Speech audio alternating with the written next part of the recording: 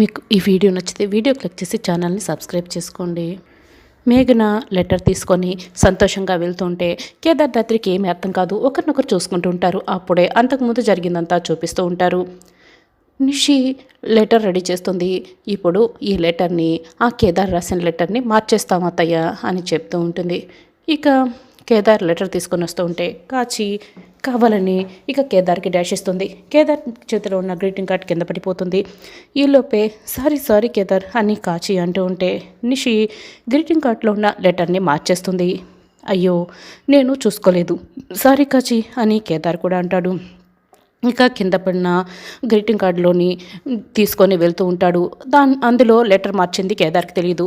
నాకు love and first sight మీద అస్సలు నమ్మకం లేదు. నిన్ను చూడగానే నేను లవ్లో పడిపోయాను. నేను చూసేంత వరకు నేను లవ్ అట్ ఫస్ట్ సైట్ అంటే నమ్మలేదు తెలుసా. నువ్వు ఐజీ కూతురన్న ఒక్క కారణంతోనే నేను నీకు ఐ లవ్ యూ చెప్పకుండా భయపడుతూ ఉండిపోయాను. ఐ లవ్ యూ మేఘన, ఐ లవ్ యూ అని అందులో రాసుంటుంది. ఇది మనం చేసింది. ఇప్పుడు చూడు, ఈ జగదాత్రి కేదార్లకి నేను ఎలాంటి సినిమా చూపిస్తానో ఇప్పటి నుంచి మీరు ఫుల్గా ఎంటర్టైన్ అవుతారు అని ఆడియన్స్కి నిషి చెప్తుంది. ఇప్పుడు పెళ్ళి వరకు తీసుకువెళ్తారు కదా అని నిష చెప్తుంది. సూపర్ అమ్మి అని ఇక వైజయంతి అంటుంది. అన్నట్లు బామ్మ లెటర్ ఇచ్చేటప్పుడు కేదార్ ఎందుకు సారీ చెప్పాడు అని మేఘన అంటుంది. నేను పెద్దదాన్ని కదా, మీ పెళ్ళికి అంగీకరిస్తాను లేనోనని అలా చెప్పుంటాడు అంతేలే అని బామ్మ అంటుంది. ఓ సంతేనా, పద వెళ్దాం అని మేఘన ఇక అక్కడి నుంచి బామ్మ వెళ్ళిపోతారు. ఇక ధాత్రి అయితే కోపంగా చూస్తూ ఉంటుంది కేదార్ని. నేను అయిపోయాను బాబోయ్ అని కేదార్ అక్కడి నుంచి వెళ్ళిపోతాడు. ధాత్రి వెంటపడుతూ ఉంటుంది. ఇక రాత్రి అవుతుంది. ధాత్రి గార్డెన్లో కూర్చొని ఆలోచిస్తూ ఉంటుంది. మా శ్రీమతి గారు ఎక్కడ అని కేదార్ వెతుక్కుంటూ ధాత్రి దగ్గరికి వస్తాడు. ఏంటి ధాత్రి, ఇంకా నీకు కోపం తగ్గలేదా అని బతిమలాడుకుంటూ ఉంటాడు. వీళ్ళకేమో కోపాలు తాపాలు అని బ్యాక్గ్రౌండ్లో ఒక పాట వినిపిస్తూ ఉంటుంది. ఇక కేదార్ అయితే ధాత్రిని బతిమలాడుకుంటుంటాడు. చివరికి ధాత్రి ఇక కేదార్ని క్షమించేస్తుంది. ఇక ఒకరి చేయి ఒకరు పట్టుకొని లోపలికి వెళ్తారు. లోపలికి వచ్చిన తర్వాత కేదార్ ధాత్రి ఇక సంతోషంగా డాన్స్ చేస్తూ వాళ్ళ గదిలోకి వెళ్తారు. ఇక నిద్రపోతూ ఉంటారు. ఉదయం అవుతుంది. బామ్మ బట్టలు సర్దుకుంటూ ఉంటుంది. మేఘన పరిగెత్తుకొని బామ్మ దగ్గరికి వస్తుంది. బామ్మ అని బామ్మని తిప్పేస్తుంది. నీకు పెళ్ళైన తర్వాత అది చూసి వెళ్ళిపోదాం అనుకుంటే ఇప్పుడే నన్ను పైకి పంపించేలా ఉన్నావే అని బామ్మ ఇక గసపడుతూ చెప్తూ ఉంటే నాకు కొడుకో కూతురో పుట్టే వరకు ఉండేలా నేను ప్లాన్ చేస్తుంటే నువ్వేంటి బామ్మ ఎలా మాట్లాడుతున్నావు. కేదార్ రాసిన లెటర్ చదువుతూ ఉంటే నాకు ఎంత సంతోషంగా ఉందో, నాకు చాలా సంతోషంగా ఉంది అని కేదార్ రాసిన లెటర్ని ఇక మాటిమాటికి తలుచుకుంటూ మేఘన అయితే సిగ్గుపడుతూ మురిసిపోతూ ఉంటుంది. ఐ లవ్ యూ మేఘన అని మాటిమాటికి తలుచుకుంటూ ఉంటుంది. ఇక త్రిపాఠి ఒకచోట కొబ్బరి బండం తాగుతూ ఉంటాడు. అప్పుడే అక్కడ సిరి వాళ్ళ అత్తయ్య రాగిని ఇద్దరు కూడా పళ్ళు కొనుక్కోవడానికి అక్కడికి వస్తారు. సిరిని చూసిన త్రిపాఠి అయితే ఈ అమ్మాయిని ఎక్కడో చూసినట్టుందే, ఎక్కడ అని గుర్తు తెచ్చుకుంటాడు.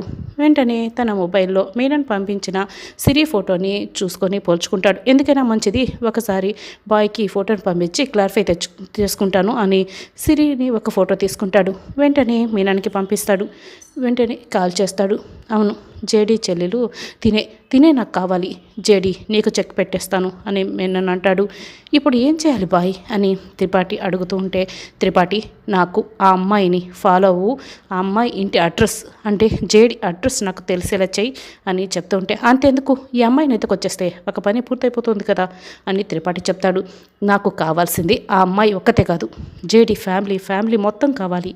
జేడీ ఫ్యామిలీని మొత్తాన్ని కూడా ఒక్కొక్కరు ప్రాణాలు తీస్తుంటే ఆ జేడీ విలువెల్లాడిపోవాలి. నాకు అదే కావాలి. జస్ట్ ఆ అమ్మాయిని ఫాలో అయ్యి నాకు అడ్రస్ చెప్పు అని మేనన్ అంటాడు. ఇక రాత్రికి రమ్య కిరణ్ దగ్గర నుంచి ఫోన్ వస్తూ ఉంటుంది. ఏంటి, ఏదైనా ఇన్ఫర్మేషన్ ఉందా అని అడుగుతూ ఉంటే ఈ ఇంట్లో నుంచి ఎవరు అయితే ఇప్పటి వరకు బయటికి రాలేదు అని రమ్య కిరణ్ అంటారు. మీరు అదే ఇంటి మీద నిఘా పెట్టండి. ఈరోజు ఎట్టి పరిస్థితుల్లోనూ అభి అయితే తప్పించుకోవడానికి వీల్లేదు అని ధాత్రి అంటుంది. మేము కూడా స్టార్ట్ అయిపోయాం, 20 minutesలో అక్కడ ఉంటాం అని ధాత్రి అయితే ఫోన్ కట్ చేస్తుంది. అసలు అభి ఇదే అడ్రస్లో ఇదే లొకేషన్లో ఉంటాడని జేడీ మ్యాన్కి ఎలా తెలుసు అని రమ్య అడుగుతూ ఉంటుంది. ఒక్కసారి మన కస్టడీల నుంచి తప్పించుకున్న తర్వాత జేడీ మ్యామ్ అంత తేలిగ్గా వదిలిపెడతారా, వాడిపై నిఘా పెట్టుంటుంది అని కిరణ్ అంటాడు. అవునవును అని కరెక్టేనని రమ్య కూడా అంటుంది. ఇక సిరి దగ్గర నుంచి ఫోన్ వస్తుంది. అక్క, ఎవరైనా డౌట్ కనిపిస్తే నువ్వు ఫోన్ చేయమని చెప్పావు కదా, ఇక్కడ ఎవరో ఒకతను నన్ను చూసి ఫోటోలు తీసుకుంటున్నాడక్క అని చెప్తూ ఉంటే, సరే నువ్వు సెల్ఫీ తీసుకుంటున్నట్టు అతన్ని ఫోటో పంపించు అని చెప్తూ ఉంటే వెంటనే సిరి అయితే ఫోటో పంపిస్తుంది. త్రిపాఠి అని ధాత్రి అంటుంది. అంటే మీనన్ మనిషి అక్క అని సిరి అడుగుతుంది. అవును అని ధాత్రి అంటుంది. ఇప్పుడు ఎలా అక్క? నేను అత్తయ్య ఇంటికి వెళ్ళకటానికని ఫ్రూట్స్ తీసుకుంటుంటే ఇప్పుడు ఇతనేమో ఇలా ఫాలో అవడానికి రెడీగా ఉన్నట్టున్నాడు. ఇంటికి వస్తే ప్రాబ్లం కదా అక్క అని అడుగుతూ ఉంటుంది. చూడు, నువ్వు నేరుగా ఇంటికైతే రాకు, అతను నిన్ను ఫాలో అవుతున్నట్లు అయితే అసలు ఇంటికే రాకూడదు అని ధాత్రి అంటుంది. మరి ఎలా అక్క? ఇక్కడ అత్తయ్య నాతో పాటే ఉంది. ఇంటికి వద్దని చెప్తే 1,00,000 ప్రశ్నలు వేస్తుంది.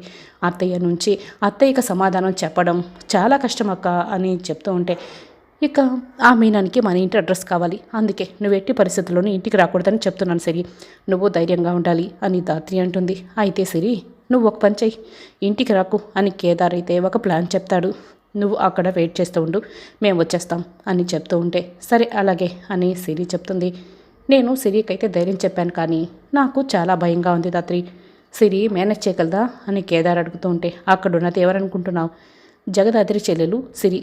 నాలాగే తెలివిలోనూ తెగింపులోనూ ఏమాత్రం తీసిపోదు. మనం అభి లెక్కని సెటిల్ చేసేద్దాం పదా అని ధాత్రి చెప్తుంది. అత్త, ఫ్రూట్స్ కొన్ని అవసరం లేదు రా అని రాగిన్ని సిరి తీసుకువెళ్తుంది. ఏంటే, ఫ్రూట్స్ కొందామని వస్తే ఫ్రూట్సే కొనేకుంటా ఇలా లాక్క వచ్చేసావు, ఏమైందే నీకు అని రాగిని కోప్పడుతుంది.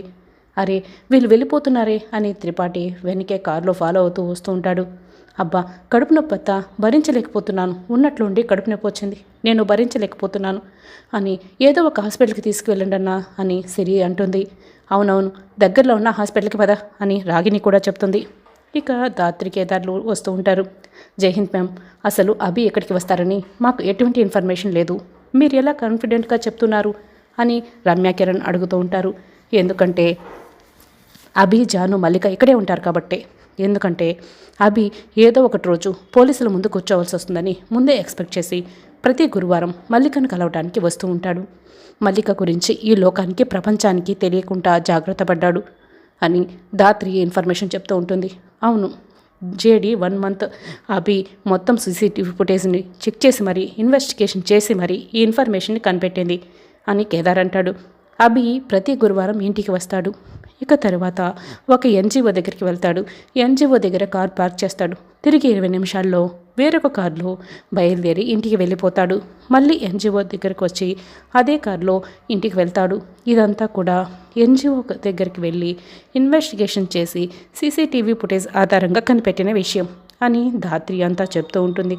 అసలు ఎలాంటి ఎవిడెన్స్ దొరకవని చేతులెత్తేసిన సమయంలో కూడా మీరు ఇంత ఇన్ఫర్మేషన్ సాధించారు, యువర్ గ్రేట్ అని రమ్య కిరణ్ అయితే జేడీని పొగుడుతూ ఉంటారు. ఇప్పుడు మనం అభిని పట్టుకుంటే దీనికి అందరికీ ఫలితం ఉంటుంది, అసలు వదలకూడదు. 2 వీక్స్ నుంచి అభి ఇక్కడికి రాలేదు, ఈరోజైతే ఖచ్చితంగా వస్తాడని నా నమ్మకం అని జేడీ, కేడీ ఇద్దరు కూడా మాస్క్ పెట్టుకొని వస్తారు. అక్కడున్న ఇంటిని జేడీ గమనిస్తూ ఉంటుంది.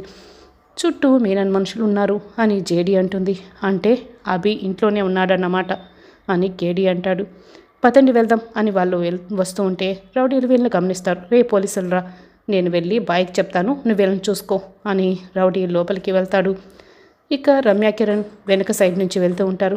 ధాత్రి కేదార్లు ముందు నుంచి వస్తూ రౌడీల్ని బాగా కొడుతూ ఉంటారు. ఇక దేవా చూసేసి వాళ్ళపై దాడి చేస్తాడు. లోపల అభి ఒక అమ్మాయితో ఇక సరసలాడుతూ ఉంటాడు.